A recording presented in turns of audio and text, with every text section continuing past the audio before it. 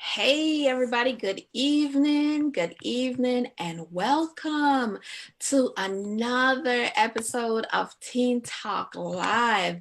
I am so excited to be here with you. Happy New Year! Happy New Year to you. I am your host, Ann Dillard, and I'm a licensed marriage and family therapist. And tonight we have a really important topic to talk about.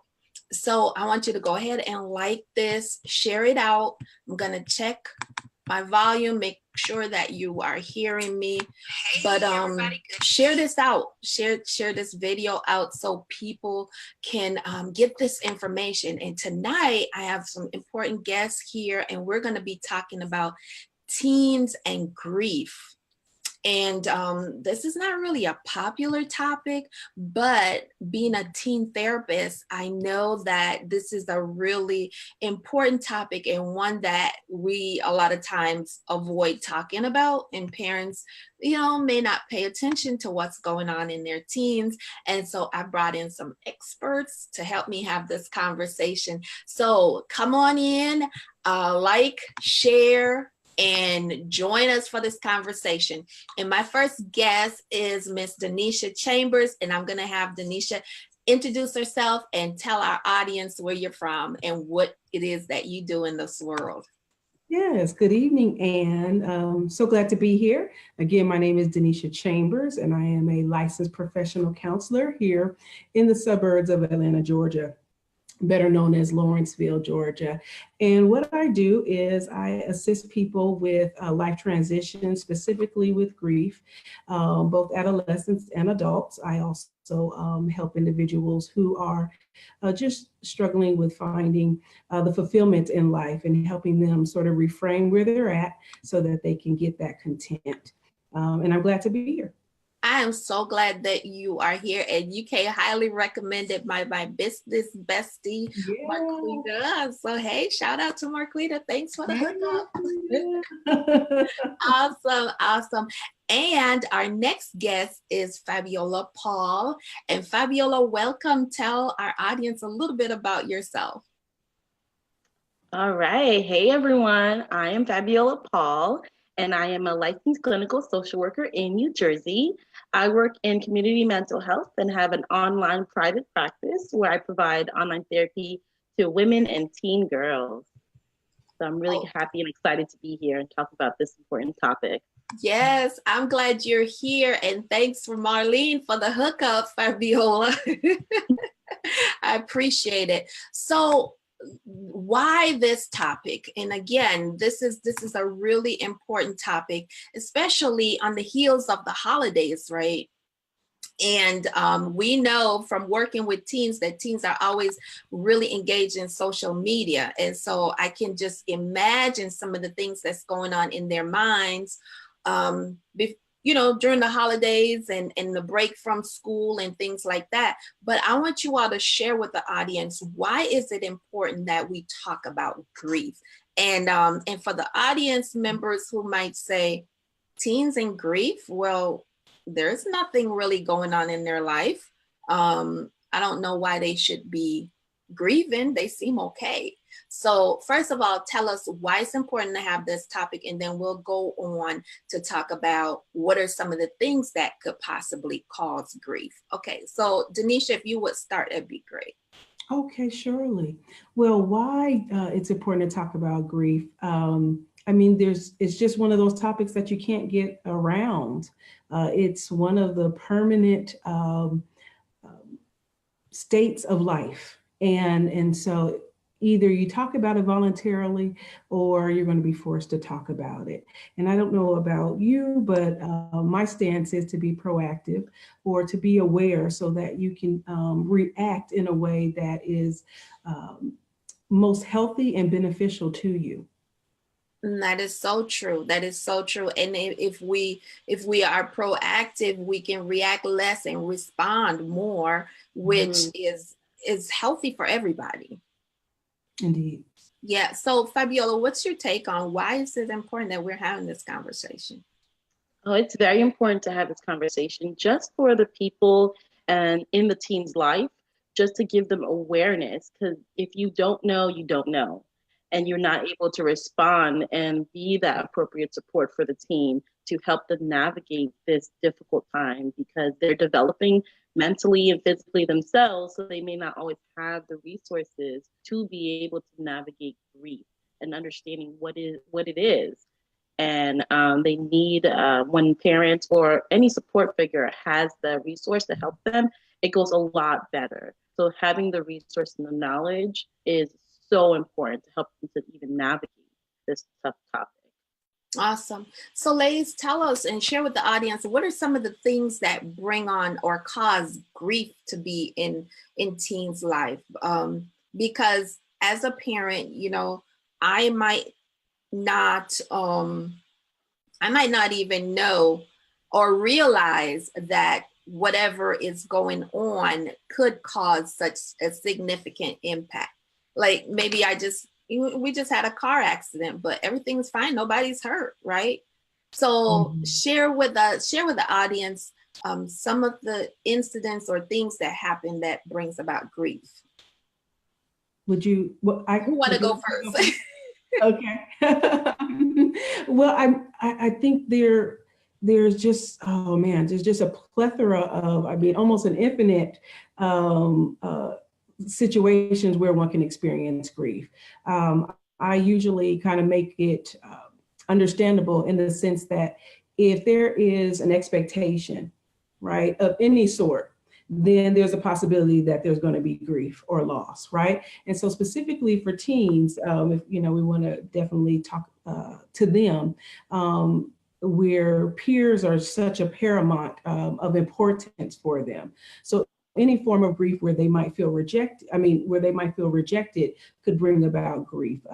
If they're going out for certain teams or extracurricular activities, there's cause for grief. There's grief when there's a loss in the family, whether it's a relationship between the parents, the significant others that their parents might be involved with. You know, we can keep it simple or we can get real complicated, but I think those are some of the primary examples. Yes, thank you. Fabiola, what would you say? Yeah, I definitely agree with the examples provided. And also really the just loss of stability, loss of routine, the loss of their normal, their routine, their schedule. That has been a terrible change, especially I have a few clients that are having such a hard time going back to school because they moved. You know, they moved over winter break. Parents think, oh, great, you have a break. This is the perfect time to move because you're not in school. But it just threw them off. I mean, they're having a terrible time transitioning, even transitioning from school, middle school to high school to college. That is a big loss. You're losing your teachers, you're losing your school schedule, you're kind of thrown out into the world on your own. So all of those grief, they could be seen as traumas for teens, because there are big deal breakups, definitely around this time, breakups, or upcoming is Valentine's Day, maybe not being in a relationship and having grief over that.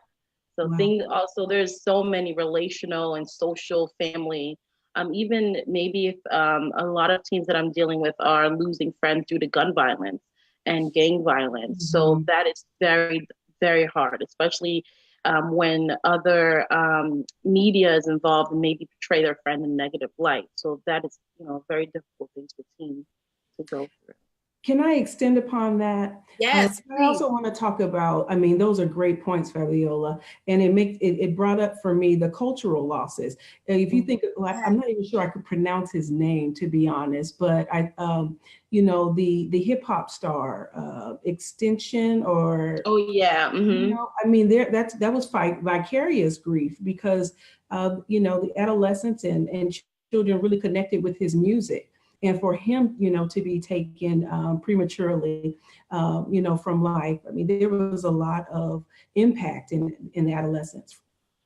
That is such a key point. And, you know, when I also saw a lot of grief in my teen clients, because I don't know if I shared with you that I ran a middle school mental health clinic. And so my audience were middle school boys and girls for a while. But do you know that a lot of times, a lot of where I saw grief was around the election time, Mhm. and the feeling of hopelessness that was transferred to our kids, and they don't know what to do with it. And so, Mhm. as parents, as we try to navigate some of society's challenges, we can also, what is it, subconsciously pass those on, those concerns and those grief, that grief on to our kids. What do you all say about that? Oh yes, definitely. Especially, I have a lot of Hispanic clients and whose parents are not documented. I had a surge of, appointments. Sometimes people coming twice a week because they can't sleep. They're having anxiety attacks because they believe that when they come home from school, their parents may be taken away.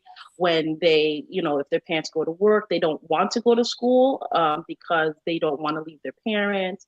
So that grief really around election time, this is the first time that, a lot of my teens were tuned in to news and, newspapers or looking on stats on the computer and reacting to their parents' anxieties and to Right. families' anxieties and to their, the caution of being careful, making sure that you know where you're going, have everything on you. And that just, hypervigilance was so much for the team. Mhm. So I've definitely seen it within my clients as well. That is such a that is so important and it's so key. And might I extend that a little bit to say, I know you service Hispanic clients, but it's even in clients that we don't even pay attention to, because there's such a huge focus on Mexico and the wall and Mhm. deportation and things like Yeah. that. But there are other parts of the immigrant population who are Mhm. feeling the stress and the trauma from all of the immigration laws changing and the crackdown and stuff like that. But a lot of times, because it's easier to blend in, Mm-hmm. or service providers might not pay attention. Mhm. For example, I was born They and don't, raised they in don't Jamaica. have as much of a voice, or they don't Right. feel, their voices as loud as. Exactly. Mhm. Being born and raised in Jamaica, it was easy for me to pass as African American. So, if immigration was an issue for me, it would be easy for people to not even notice that I might be impacted by that. Mm-hmm. Exactly. And so, paying attention to looking beneath the surface for those who are service providers or who work with teens and youth, I think that's really, really critical. Mm-hmm. Yeah, Yeah. powerful stuff. Yeah. So Denesha, you I know you're certified in grief, and so tell me, what does it look like when a client comes in to you? Let's say mom brings her daughter in and say, "Hey, she's been irritable. I don't know what's going on."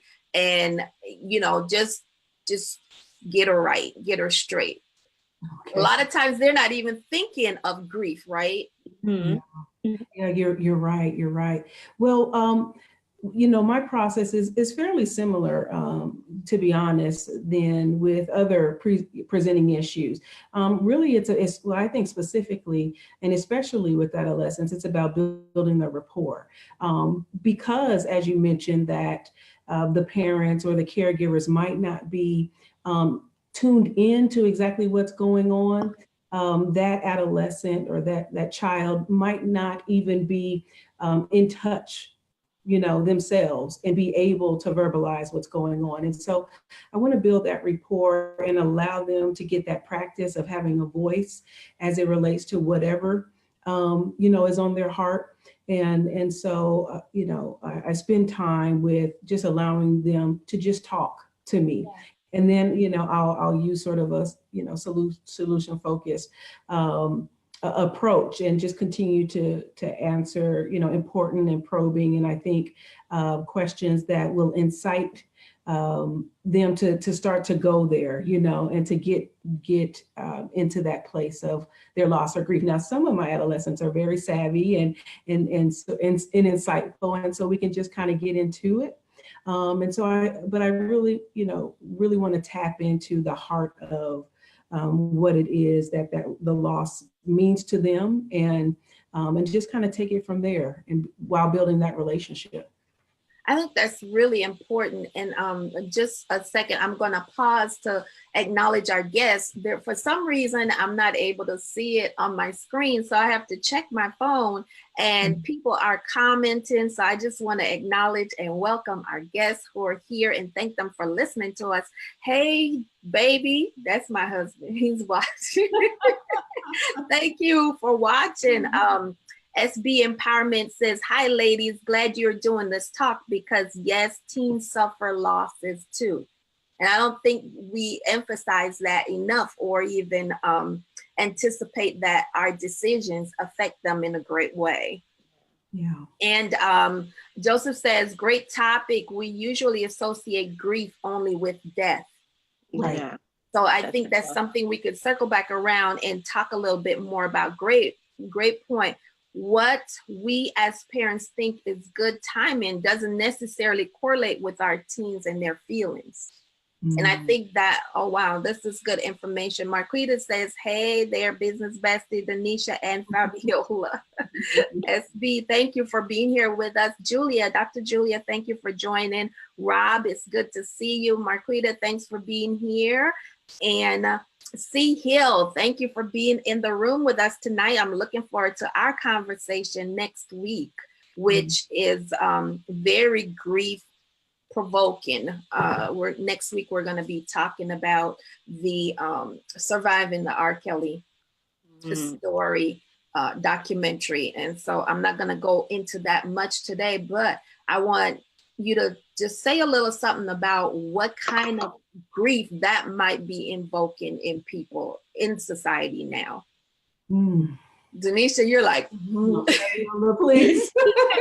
Yes, I mean, I just had a conversation about this with several of my coworkers, and just noticing that for teens, just to have this awareness that, wow, this is happening to some of my fellow classmates. This is happening to fellow, some of my sisters, my aunts, and just knowing people, or just having that in them, having the same or similar experience of being caught in just such a terrible, abusive situation, that it can be very triggering for teens, and to awaken their own sense of sorrow or guilt or shame, and that just, and of course that either can push it down depending on how the supportive system around them is reacting to their grief, or allowing them to have a safe space to talk about it and really process it.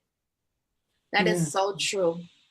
Yes. I just add to that, I think it's, again, an extended conversation about what you mentioned earlier, Fabiola, in regards to the loss of security, and the sense of safety that that this documentary can trigger into our youth. And unfortunately, the statistics are alarming. And, those that have experienced some sort of violation or sexual assault is just too big to think, to think about. And so, this is a timely conversation. I think it's a necessary conversation, but unfortunately, there does come the trauma and the residual pain from it. And I think that's really important. And talk about residual pain.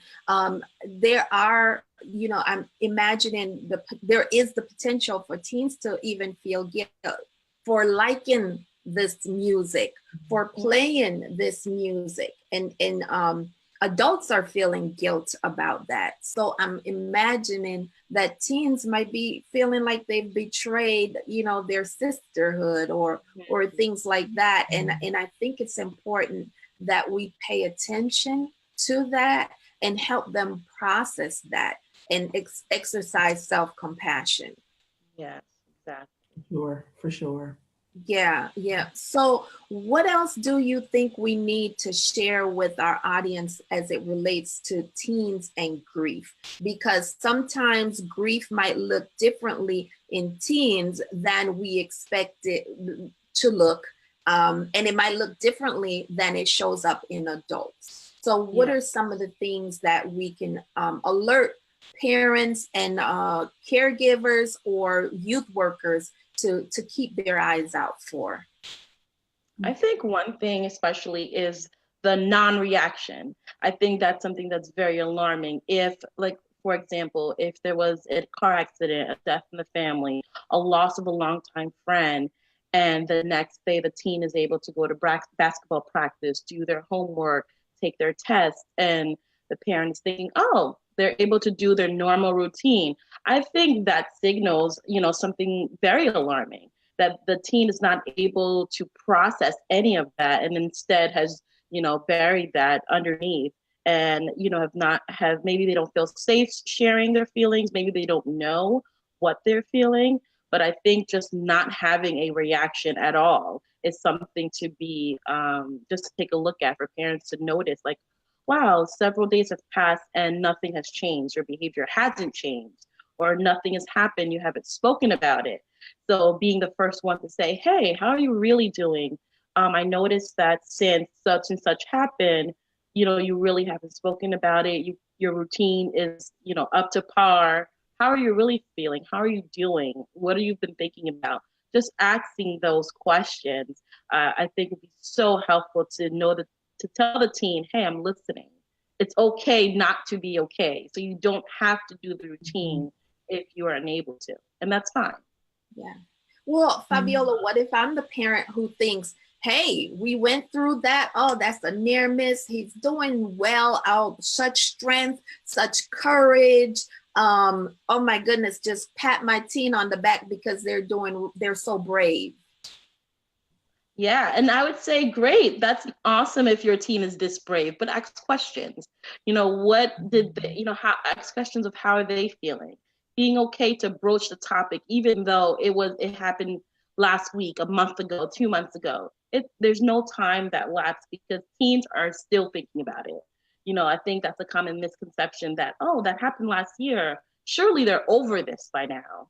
But no, they're still thinking about it if you haven't asked, if you haven't broached the topic, and kind of make it a free space to talk about it very casually. It doesn't have to be a serious sit down, but maybe while you're cooking, on the phone, flipping through the TV, just like, hey, how are you doing with that? You haven't said anything lately, or we haven't talked about this in a while. Right. And Denesha, I'm gonna let you go, but it's something, because as a parent, I'm trying to be the angel's advocate here. Right. But as a parent, these are real things that happen. I might not want to talk about it. Mm-hmm. So I'm glad that you're not bringing it up and that you're not showing any symptoms, right, to be affected by it. So we're good. What do you say to that parent, Denesha? Well, I think there's no harm in checking in, right? And but there is harm in avoidance. Okay, and though timing, I think, with grief is a key, factor. Sometimes, yeah, we might need to give it a few days for you to process, for you to settle, for really to emotionally survive, the upcoming week headed, towards the service, or however, one chooses, to deal with a loss, or if it's related to death, that is. But avoidance in the long term is not the greatest approach, right? And so being able to either, as Fabiola stated, to sort of check in, to sort of ask those questions, just very kind of indirectly and gently. It doesn't have to be this serious conversation per se, although sometimes that's necessary. Or if they do feel uncomfortable, be comfortable with getting the necessary resources. Okay. So whether that's online, whether that's with a professional like ourselves, through the church, or through maybe even a friend that has more experience with addressing loss, there's various sort of creative ways that we can approach grief in a way that works for our good, without necessarily putting us in a place where we need to feel panicked. Right. And there's a quote that I learned from this book when my father passed. Somebody gave me this really good book. I can't think of the name of it right now, but in the quote in the book it said, grief will take its course. You cannot rob grief. Mm.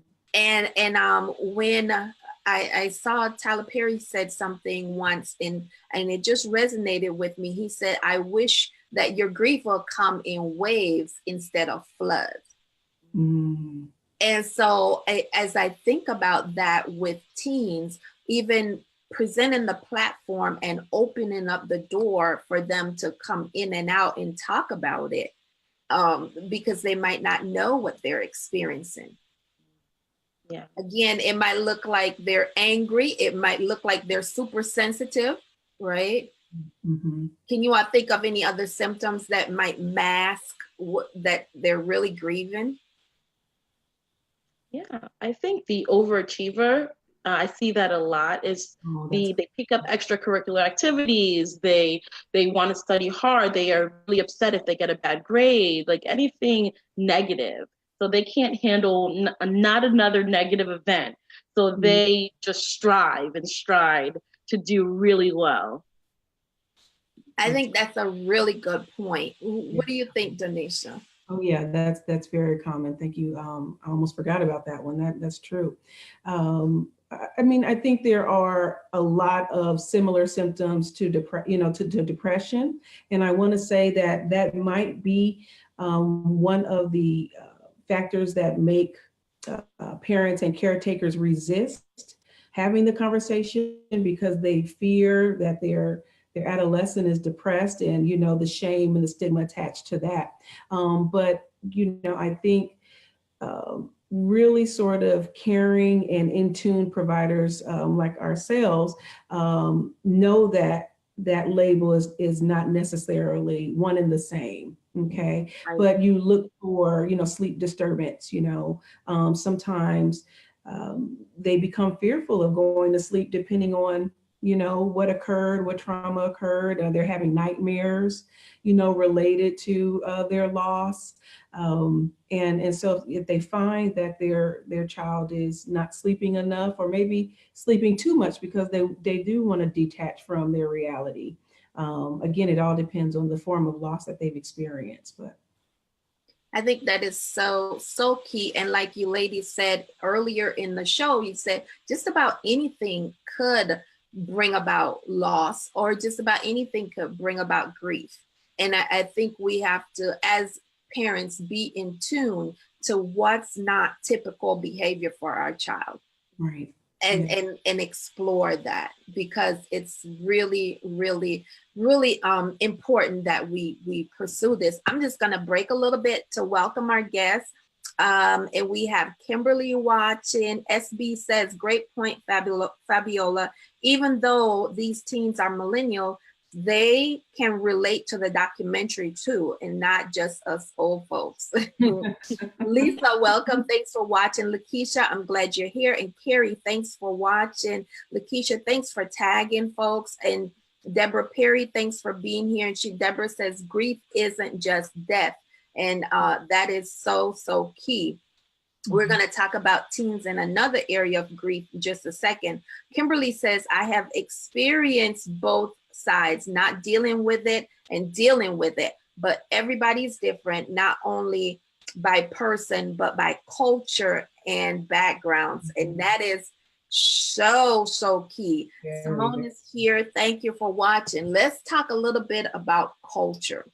Yeah. So when I was in school-based therapy, I had a young woman in my care, and her sister had just been brutally murdered, that weekend. She came to school that Monday, and somebody referred her to come see me. And she felt like she had to be so strong. And she said, according to our religious background and my family beliefs, I only have 7 days to deal with this. Mm-hmm. And so I said, now what happens after the 7 days? And she's like, I can't deal with it anymore. It's just done. It's gone. And I, try to work with her without violating her cultural beliefs and her family beliefs. I try to work with the family and also give them more information and talk about what grief looks like and things like that. And even though she could have privacy and confidentiality in my office, by her coming, she felt like she was violating her family's trust and loyalty to her family. So literally, I watched that young lady decline that the rest of the school year. She started hanging out with not so appropriate companies. She started doing a lot of things, and I'm like, but I have to respect their cultural beliefs. Right, right. What have been, or have you had any experiences with where there's cultural beliefs about grief that it doesn't align with your beliefs? Well, I can simply speak to culture as it relates to religion, as far as what I have mainly seen through experience, and the sort of thought that the person's in a better place, or so on and so forth, and just the sort of uh, conflict within that person experiences from that, being able to um, try to reconcile the belief that they hold so dearly, but the ever-present experience of that particular loss, emotionally, and just not being able to reconcile it that easy. And so, just trying to navigate with them through that confusion, and allow them ultimately to come to their own terms with whatever it is they are going to um, rely on, and be grounded on, is technically how I deal with it with them. I think that's so important. How about you, Fabiola? Yes, as a member of the Haitian community, I know that grieving and death and loss is something that's so tricky because everybody deals with it differently. On one hand, you have the members that they're very strong. It's like, well, we're going to do the best. This person, the same like religious background, this person's in a better place, so we're going to be strong and we're going to just move on from this grief. And on the other side, you have those who are very expressive. I remember during my grandmother's funeral, like I saw both parts. And my mom, personally, I didn't see her cry this whole time of mourning. And I'm watching her help plan the funeral. I'm watching her, do all the arrangements, talk to the funeral director, and I'm just like sitting there in amazement that, wow, like nothing's happening. And on the flip side, her sister was undone, and I remember them telling her, this is not helping. This is not helping us. So you have to kind of get it together. So I seeing it both sides, and I think it wasn't until the actual funeral I actually saw my mom cry, and I'm like, oh wow! And I think that for her was such a great release because she was able to actually process that and even talk to me about it later and talk to me about, oh, this is how your grandmother was, and have stories and different, and being able to just share with me of her experience. But prior to that, she wasn't able to reconcile the fact that there was a death. Everybody kind of operated in this pseudo denial phase. Right. Wow, that is such a critical example, and it transcends the Haitian community. So the other area that I wanted to talk about was this time of the year. A lot of our teens, they're getting college acceptances or denials and things like that. Now, there are some who, they've had this great hope that I'm going to go to this university. This is what I'm going to do. And now there's acceptance time, right? And some of the ways that I've seen this manifested is I've seen seniors, high school seniors, they've delayed even applying for certain things because of the fear of losing that they've held on to, that, that perception or that belief that they've, or goal that they've held on to so long. So what can you say to the parents of a college senior now who's getting ready to go through this transition? Yeah, Go I ahead, think, Denesha. yeah. You know, Fabiola, please. Oh, sure. I Okay. think just having that open conversation of expectations. I think teens have this sometimes this rigid expectation of this is the school I want to go to, and this is the only place where I can fulfill my dreams. But being able to have that supportive network around the teen, saying, "Hey, look, let's look at other places as well," like, and kind of easing them into the possibility of rejection, or the possibility of loss of expectation. I think having that knowledge beforehand, it doesn't hurt any less, but it makes it a little bit easier with that support, knowing that, okay, well, my mom did say that if I didn't get into this, but maybe I might have these other three choices and they're just as good. So That's Yeah. good. I'll just piggyback on that, but mainly, how can you affirm them as it relates to the different role that they're going to be walking into? Okay, I find that a lot of the anxiety and the sense of loss is due to sort of a lack of self-trust.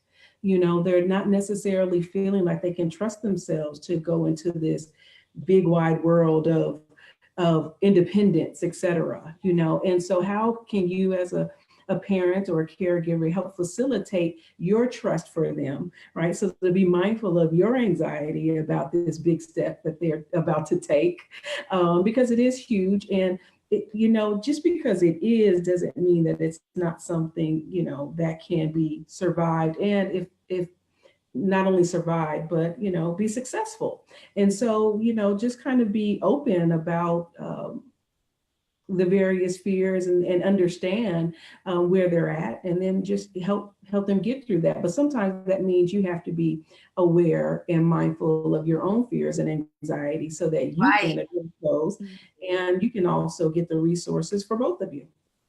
That is so true. And also, while you're being aware of your fears and anxiety, be aware also of the expectation and the unrealistic expectation that you might not be aware of. Well, you're not necessarily aware that you're imposing on that child. Good point. Good I point. think it's so critical. Yeah. Well, ladies, we still have a group with us, and Markeisha says, "Hey, Denesha," and they are watching and enjoying what we're talking about. So now, as we circle back around, tell me, what would you say to parents who might consider that, maybe my child doesn't just have a stanky attitude. Maybe maybe there's something to this. Maybe they're going through grief. What would you say to that parent, and how would you coach them into taking the next step?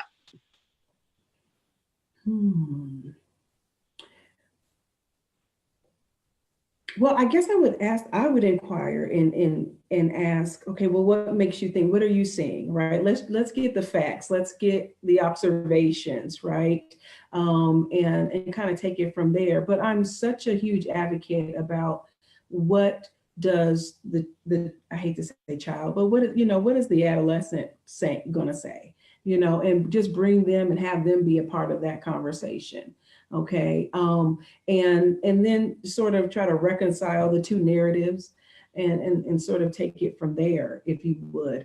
But I think that even an avoidant parent or caregiver knows their child, right? And Right. knows that when there is something that is off, or something that has changed. And so just exploring and partnering with them as to, okay, what could this change be about? Right. And maybe grief is one of those options, or one of those reasons. And then educate them on what grief is, and that it's not, to be placed in some pigeonhole. And I Right. think that really sort of allows the release and the freedom for that conversation to go further. Absolutely. Absolutely. How about you, Fabiola? What would you say to those parents to help coach them along? Yeah, I agree. And I think just being able to have, like, I guess, give them the questions to help ask their teen to get that, and figuring out what the teen's thinking about. Maybe having a resource set, having websites, having directories, or maybe a therapist that they, go to or can be referred to, that maybe they may not have the questions, but the therapist does. And the therapist can help them along to ask the teen to be that resource for the teen, and in turn, maybe the teen to prep the teen to be ready for therapy. Because I see oftentimes maybe the parent is ready, but the teen isn't ready. So Right. helping the teen to get there, or vice versa. That is so key. That is so key. And I think being able to guide the parents is really important. But what you said also is that the parents might need help themselves. Mm-hmm. And so I think that is really, really critical. And I try to talk to my parents, especially parents of seniors, to say, hey, a lot of times this fighting that you all, they're talking about, we see increase in fighting, this last senior year. I said, well, a lot of that is really unprocessed grief that you all are separating. And at the end of this year, this is what's coming. This is what's to come. So a lot of that is unprocessed and unresolved grief. And so let's look at it a different way. And so I think that has been a really important narrative to have in my practice, especially with seniors. Yeah. And I like to affirm that, and empower the parent by letting them know that I know it seems sort of contradictory because so much good things are, in store potentially, they're graduated, that, prom's coming up, but even good stress is stress. Mm-hmm. And that stress can sort of facilitate or have an underlying grief issue. Exactly. So the education and the resources we can give parents is really key. I think that's a really, really good point. And I'm just going to pause a little bit to welcome my guest. Hey, Latasha, thank you for watching. Latasha say, hey, Denesha. Hey, Fabiola. Hey, Ann. And LP is in the house. Welcome, L. Thank you for joining us. And Tara Gardner say, hey, Fabiola. And Mary Pickens is here. Thank you all so much for joining us. This has been a really good conversation.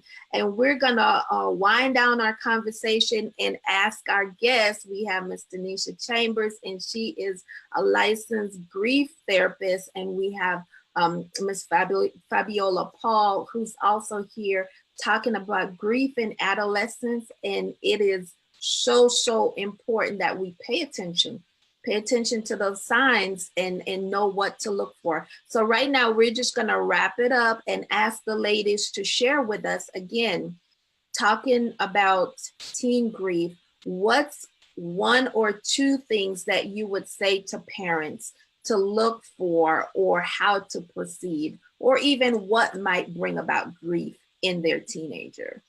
Denesha, you want to go? And you all can switch off. Okay. Well, again, grief is a loss, right? And I mean, if we just go through the various areas of life as parents, if you can sort of think about, finances, health, relationships, social life, right? Stability, such as job losses with the parents, etc. Right? There's just such a gamut along the spectrum of grief that if anything is impacted in your life to where it can bring about disappointment, sadness, anger, etc., then likely grief is present. Okay. And so some of the things that we talked about tonight, ways to approach that is, asking questions, be inquisitive. Okay. And again, it doesn't have to be like you are in a interrogation room. It doesn't have to be Right. take your child out for ice cream or go to the movies and, and just sort of segue into, a conversation. Or, just also, I encourage uh, educating, yourself using, use the phones and the computers we have available to us, and just, look for those articles, Google it, and see, could my child be experiencing grief? And kind of take it from there. We here in the mental health profession are here to help for sure. And I think videos like this are huge to be able to shed that light and education. So if it's utilized, that I think that can go a long way. That's so true. That's so true. Okay, Fabiola. Yes, I think for parents, for me, the number one thing is just being there, being able to be present. And if you find that you're not able to be present, then maybe taking the time to get the work done yourself, or using your support system to be able to be present for your child.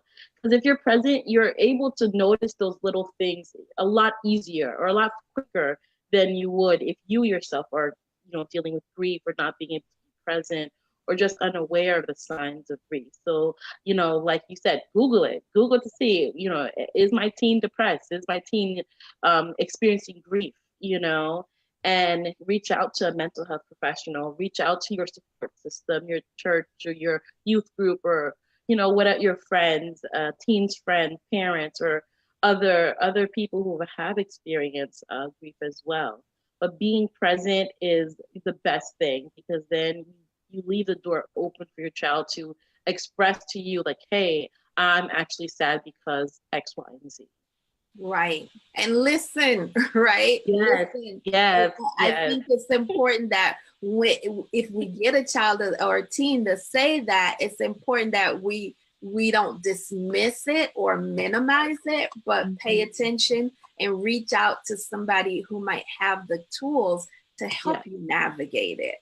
Yeah. It's so important. Yeah. And can I add one last thing? Yes.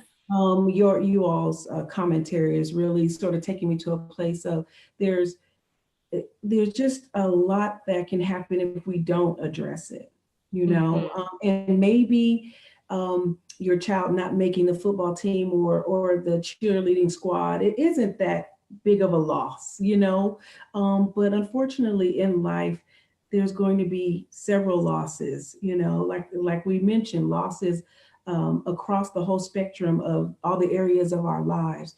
And so when one loss goes unresolved, it leaves it to get calloused by the next loss and the next loss and the next loss, And so there is a great responsibility in addressing a loss, but ultimately it's to the greater benefit.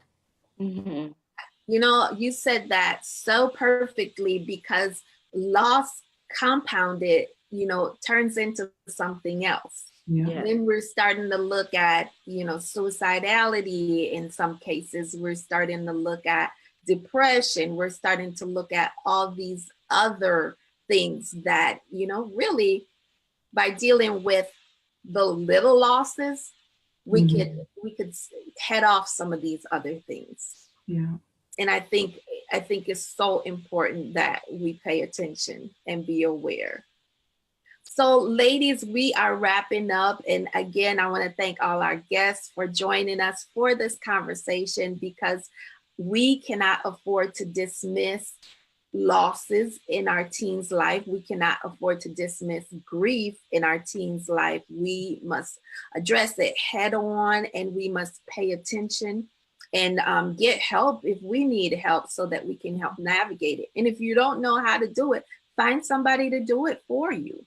And that's okay, because it's really important. It's necessary that we do it. Unaddressed grief, unresolved, unprocessed grief doesn't go away.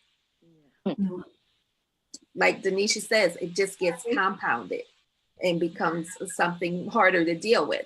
So I'm going to ask you all to share how our guests can reach you, share again about your services, and then when we're done, if you could drop it in the comment section, that would be great. So if I have Fabiola to start and tell people how they can reach you. Sure. So people can reach me on my website, enlighteningcounselinges.com. I provide online counseling for women and teen girls, and we deal with various issues such as grief, stress, anxiety, depression, and just a variety of life transitions. Excellent. And when we're done, if you drop that in the comment section, Fabiola, that would be fantastic. All right, Denesha. All right. Well, it's been a pleasure again, but I can be reached through my website, which is licrtherapy.com. Okay. And that's my website, right, where I provide or where you can find more information about my private practice. I do see individuals in private practice in my office in Lawrenceville, both adolescents and adults dealing with grief issues. You can also go to social media. I am on Instagram at author D Chambers. I did write a book called Turning Towards the Sun, 7 Ways My Mom Inspires Me to Live Without Her. And I think that is, it speaks a lot to parents or adults having unresolved grief and having difficulty with helping their children through it. So if you know there are significant losses that you need to go through, especially, think about reaching out. I'm here. Absolutely. And drop the link to that book where people can find that. I think I might even want that as a resource for my practice as well. Because again, that's a significant loss. And that's something I think that's a grief that a lot of people feel like they'll never come back from. And so thank you for that resource. Ladies, it has been such an amazing pleasure having you here on Teen Talk Live. The first guest of 2019. Yes. Thank you so much. So thank you all for joining me for this really important conversation. I really appreciate it. And remember to check out our guests in their areas of expertise. And they are wonderful women and professional women who can help us navigate life circumstances. And I say thank you all for joining Teen Talk Live, where we share knowledge and strategies that empowers you. It transforms your minds and lives. And I have been your host, Ann Dillard, and I'm a licensed marriage and family therapist in the state of Georgia and also in Minnesota. If you need services, look me up. Have a good night, everybody. Bye. Thank you, LP. Yes, you. it's a great topic and great piggyback off our topic on Saturday. So yes, thank you for joining us. All right, good night, everybody. Good night. Good night. Bye-bye.